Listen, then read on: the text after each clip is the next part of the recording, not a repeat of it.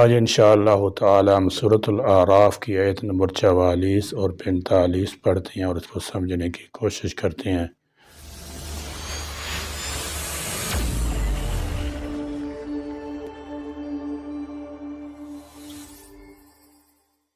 اعوذ باللہ من الشیطان الرجیم، بسم اللہ الرحمن الرحیم۔ ونادى أصحاب الجنة أصحاب النار أن قد وجدنا ما وعدنا ربنا حقا فهل وجدتم ما وعد ربكم حقا قالوا نعم فأذن مؤذن بينهم اللعنة الله على الظالمين۔ ونادى اور پکاریں گے اصحاب الجنتی جنت والے، اصحاب الناری آگ والوں کو۔ یہ پکارنے والا فرشتہ ہوگا اور اس کا مقصد یہ ہوگا کہ دوزخ والوں کو اور زیادہ پچھتاوا اور شرمندگی ہو، کیونکہ ندامت افسوس بھی تکلیف کے احساس کو بڑھاتی ہے۔ ان کے قد تحقیق وجدنا پایا ہم نے، ما جو وعدہ کیا تھا ہم نے، وعدنا وعدہ کیا تھا ہم سے، ربنا ہمارے رب نے، حقا سچا، فعل تو کیا، وجدتم پا لیا تم نے، ما جو وعدہ کیا تھا، ربکم تمہارے رب نے، حقا سچا۔ قالو وہ کہیں گے، یعنی فعل وجدتم ما وعد ربکم حقا، اب یہ بتاؤ کہ تمہارے رب نے تمہارے ساتھ جو وعدہ کیا تھا کیا تم نے بھی اسے سچ پایا ہے؟ تمہارے ساتھ اس کا وعدہ یہ تھا کہ اگر کفر اور شرک اختیار کرو گے تو اللہ تعالیٰ جل شانہ کی آیات کی تکذیب کرو گے تو تمہیں جہنم میں پہنچا دیا جائے گا جو کہ سزا کا مقام ہے۔ بھلا بتاؤ تو صحیح کیا وہ وعدہ پورا ہو گیا؟ یہی بات نبی کریم صلی اللہ تعالی علیہ وسلم نے جنگ بدر میں جو کافر مارے گئے تھے اور ان کی لاشیں ایک کنویں میں پھینک دی گئی تھیں، انہیں خطاب کرتی ہوئی کہی تھی، جس پر سیدنا حضرت عمر رضی اللہ تعالی عنہ نے کہا تھا آپ ایسے لوگوں سے خطاب فرما رہے ہیں جو ہلاک ہو چکی ہیں۔ آپ صلی اللہ تعالی علیہ وسلم نے فرمایا اللہ کی قسم میں انہیں جو کچھ کہہ رہا ہوں وہ تم سے زیادہ سن رہے ہیں، لیکن اب وہ جواب دینے کی طاقت نہیں رکھتے۔ نعم ہاں، فأذن تو پکارے گا، اعلان کرے گا، مؤذن ایک پکارنے والا، ایک اعلان کرنے والا۔ فأذن کا لفظ میں نے اذان دی، اور ابھی میں یہ لفظ بلند آواز سے عام اعلان کے لیے استعمال ہوتا ہے۔ نماز کے لیے جو اذان دی جاتی ہے اس سے بھی نماز کا اعلان ہی مراد ہوتا ہے، تاہم یہ شرعی اذان مخصوص اعلان ہے۔ بینہم ان کے درمیان، ان کے لعنتو اللہ کی، علی الظالمین ظالموں پر۔ جنت اور دوزخ میں اتنا زیادہ فاصلہ ہوگا کہ جس کا ہمارے لیے اس دنیا میں تصور بھی ممکن نہیں، اور قرآن کی اس آیت اور بعض دوسری آیات سے اہل جنت اور اہل دوزخ کا مکالمہ بھی ثابت ہے، جس سے کئی باتوں کا پتہ چلتا ہے۔ مثلا ایک یہ کہ اس دوسری زندگی میں لوگوں کو جو سمعی اور بصری قوتیں عطا کی جائیں گی وہ موجودہ زندگی سے بہت زیادہ قوی ہوں گی۔ دوسرے وہاں کا مواصلاتی نظام بھی موجودہ دنیا کے نظام سے بہت زیادہ سریع و تاثیر ہوگا۔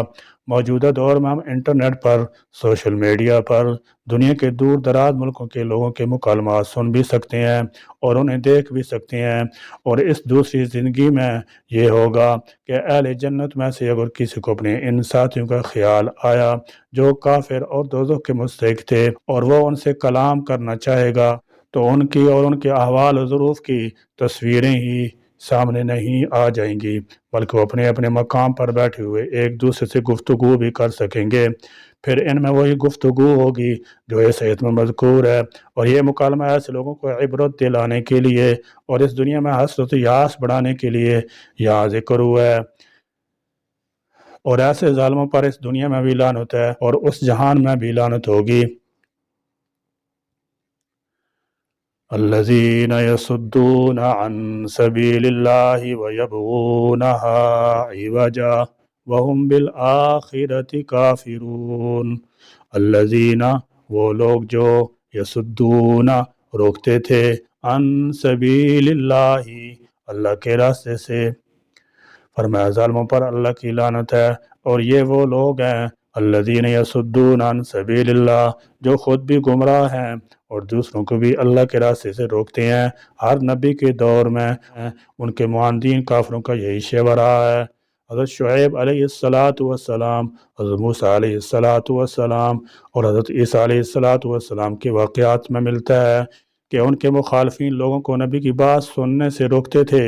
حضور خاتم النبیین نبی کریم صلی اللہ تعالی علیہ وسلم کے ساتھ بھی ایسا ہی سلوک کیا گیا۔ اگر باہر سے کوئی حضور نبی کریم صلی اللہ تعالی علیہ وسلم سے ملنے کے لیے آتا تو کفار کی کوشش ہوتی تھی کہ وہ آپ صلی اللہ تعالی علیہ وسلم سے ملنے نہ پائے۔ آپ صلی اللہ تعالی علیہ وسلم کے بارے میں غلط پروپگنڈا کر کے لوگوں کو باز رہنے کی تلقین کرتے تھے، کبھی دیوانہ کہتے تھے، کبھی شاعر کہتے تھے، بعض کو طرح طرح کے لالچ دے کر بھی آپ کے قریب جانے سے روکتے تھے۔ مخالفین اسلام نے اسلام کے خلاف پروپگنڈا کو مؤثر ہتھیار کے طور پر استعمال کیا ہے۔ ان کا مقصد یہ ہوتا ہے کہ اسلام کی اتنی عیب جوئی کی جائے کہ اس کے قریب کوئی نہ آئے۔ یہودیوں اور عیسائیوں نے ہمیشہ یہی ہتھیار استعمال کیا ہے۔ یہودی تو اس معاملے میں بہت آگے ہیں، تاہم عیسائی بھی ان سے پیچھے نہیں رہے۔ انہوں نے لوگوں کو مفت تعلیم دی اور ملازمت کا لالچ دیا، ہسپتال قائم کیے ہیں کہ حتیٰ کہ عورتوں کے ذریعے بھی اپنے نظریات کی اشاعت کرتے ہیں، جو کہ در حقیقت اسلام کے خلاف سازش ہے۔ امریکہ، برطانیہ، فرانس اور جرمنی اسلام دشمن سرگرمیوں پر بے انتہا دولت خرچ کر رہے ہیں۔ دنیا کے مختلف ممالک میں مشن بھیجتے ہیں جو انسانی ہمدردی کے آڑ میں مسلمانوں کے ایمان پر ڈاکہ ڈالتے ہیں اور اغیار کو اسلام کے قریب آنے سے روکتے ہیں۔ اشتراکیت بھی یہود و نصارہ کی بگڑی ہوئی شکل ہے۔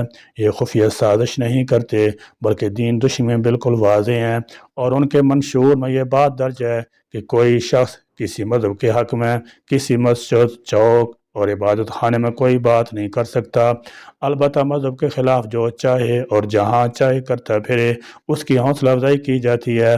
اس جانبداری کا حقیقی نقصان تو اسلام ہی کو پہنچتا ہے، کیونکہ اسلام ہی سچا دین ہے جس کے راستے میں رکاوٹیں کھڑی کی جاتی ہیں۔ اسلام کے علاوہ عیسائیت ہو یا یہودیت، ہندوازم ہو یا مجوسیت، سب باطل ہیں، ان کو تو کوئی فرق نہیں پڑتا، مگر یہ سب سے بڑی رکاوٹ اسلام کے راستے میں ہے۔ وَيَبْغُونَهَا، اور تلاش کرتے تھے اس میں عِوَجًا، ٹیڑھا پن، کجی۔ فرمایا یہ لوگ اللہ کے راستے سے روکتے ہیں۔ وَيَبْغُونَهَا عِوَجًا، اور اس میں کجی تلاش کرتے ہیں، اسلام کی عیب جوئی کرتے ہیں کہ کوئی شخص اس کے قریب نہ آئے۔ غیر مسلم قوم اسلام کی حدود کو اکثر اپنے پروپگنڈے کا ذریعہ بناتے ہیں۔ غیر مسلم قوم اسلام کی حدود کو اکثر اپنے پروپگنڈے کا ذریعہ بناتی ہیں، کہتے ہیں کہ اسلام نے وحشیانہ سزائیں مقرر کر رکھی ہیں، قطع ید اور رجم کو غیر انسانی سزائیں قرار دیتے ہیں۔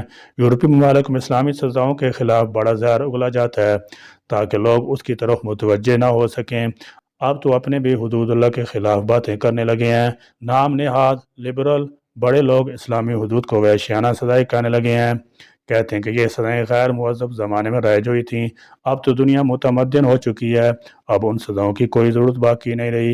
اور اسی طرح تعداد ازواج پر بھی اعتراض کیا جاتا ہے کہ یہ تو عیاشی کا ذریعہ ہے، حالانکہ اگر کوئی شخص بیک وقت 10 عورتوں سے ناجائز تعلقات استوار کر لے تو گوارا کر لیتے ہیں، کوئی کچھ نہیں کہتا، مگر دوسری بیوی سے نکاح کر لینے کے خلاف زمین آسمان ایک کر دیتے ہیں۔ یہ سب اسلام میں عیب جوئی کی تلاش ہے جس کے ذریعے سے ناکام کرنے کی کوشش کی جاتی ہے۔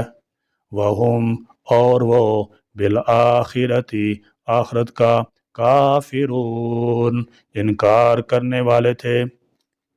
اس آیت میں ظالموں کی ایک اور قسم کا ذکر کیا گیا ہے۔ فرمایا اللہ کے راستے سے روکنے اور دین میں کجی تلاش کرنے والوں کی ایک خصلت یہ بھی ہے کہ وَهُمْ بِالْآخِرَةِ کافرون، اور وہ آخرت کا انکار کرنے والے ہیں اور اس چیز کو تسلیم کرنے کے لیے تیار نہیں کہ مرنے کے بعد پھر اٹھنا ہے، حساب کتاب کی منزل آنی ہے، انہیں جزا یا سزا سے دو چار ہونا ہے۔ جدید تمدن کے لوگ اب تو اس قدر مصروف ہو چکے ہیں کہ انہیں آخرت کی فکر کا موقع ہی نہیں ملتا، 24 گھنٹے لولاب میں مشغول ہیں، آدھی آدھی رات تک ریڈیو، ٹیلی ویژن، انٹرنیٹ، سوشل میڈیا پر پروگرام دیکھے جاتے ہیں، اور پوری پوری رات موبائل کا استعمال کیا جاتا ہے۔ ہر گھر سینما گھر بن چکا ہے جہاں ناچ گانے اور کھیل تماشے کی فراوانی ہے۔ بھلا ایسے میں آخری طرف کون توجہ دے گا؟ دنیا بھر کے فوج پروگرام ان گھروں میں دیکھے جاتے ہیں۔ اب تمام ملکوں میں کھیلوں کی وزارتیں بھی قائم ہو گئی ہیں۔ کھیلوں کے سلسلے میں ٹیمیں غیر ممالک میں بھیجی جاتی ہیں جنہیں بڑے بڑے الاؤنس دیے جاتے ہیں۔ ہاکی، کرکٹ، فٹ بال، ٹینس، کشتی رانی کے مقابلوں پر کروڑوں روپے خرچ کیے جاتے ہیں۔ ان حالات میں اللہ تعالیٰ جل شانہ کے ساتھ تعلق قائم کرنے اور آخرت کو یاد کرنے کا موقع کیسے مل سکتا ہے؟ اور وَتَبَتَّلْ إِلَيْهِ تَبْتِيلًا کی نوبت کب آئے گی؟ اگر باقی مصروفیات سے فراغت ہوگی تو کوئی شخص اللہ تعالیٰ جل شانہ کی طرف رجوع کرے گا، اس کی عبادت کرے گا اور تنہائی میں اس کا ذکر کرے گا۔ یہ سب باتیں اسلام کو روکنے اور اس سیدھی راہ میں کجی پیدا کرنے کی باتیں ہیں، اور حقیقت یہ ہے کہ ایسے لوگ روز آخرت پر اور اللہ کے حضور جواب دہی پر ایمان نہیں رکھتے، ورنہ وہ ایسی باتیں کیسے کہہ سکتے تھے؟ مولا کریم اپنے کرم سے ہم کو اصحاب الجنہ میں شامل فرما لیں اور جنت کی نعمتوں سے ہم سب کو سرفراز فرما دیں۔ اہل دوزخ سے ہم کو علیحدہ رکھیں اور عذاب نار سے ہم کو بچا لیں۔